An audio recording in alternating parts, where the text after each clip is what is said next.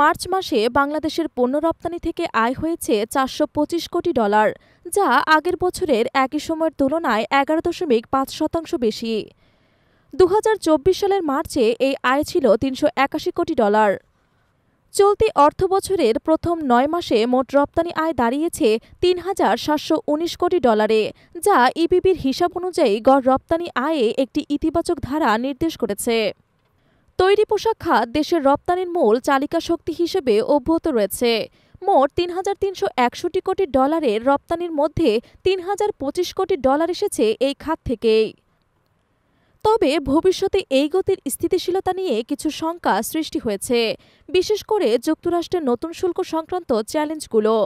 যুক্তরাষ্ট্র বর্তমানে যেখানে গড় আমদানি শুল্ক 15%, সেখানে তা 37% পর্যন্ত বাড়ানোর পরিকল্পনা করেছে, যা রপ্তানি আয়কে প্রভাবিত করতে পারে।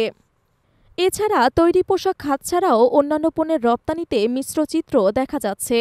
চামড়া ও চামড়াজাত পণ্য রপ্তানি বেড়েছে 10%, পাট ও পাটজাত পণ্য রপ্তানি কমেছে প্রায় 8%।